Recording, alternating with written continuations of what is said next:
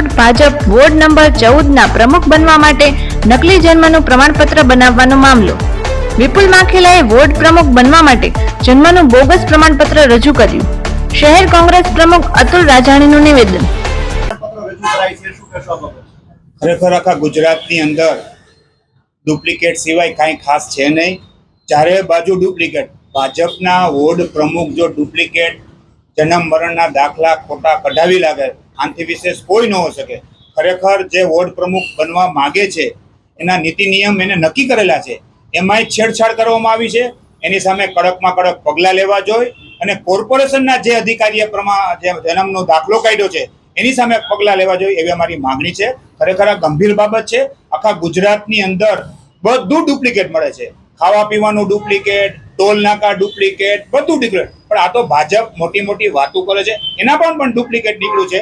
ખરેખર આ ગેરવ્યાજબી વાત છે. દસ્તાવેજમાં છેડા કરે છે અને જન્મ મરણના જે અધિકારી છે એને આમાં એને સુધારો વધારો કર્યો છે, એને પણ સસ્પેન્ડ કરવા જોઈએ એવી અમારી કોંગ્રેસ પક્ષની માંગણી છે. પોલીસ ફરિયાદ થવી જોઈએ, કારણ કે જે જન્મ મરણના દસ્તાવેજો છે, કાગળિયા છે, આધાર કાર્ડ છે, એમાં ચેડા કરવામાં આવ્યા છે. આ તો એક સામે આવ્યું, આવા અનેક ચેડા પણ થયા હોઈ શકે.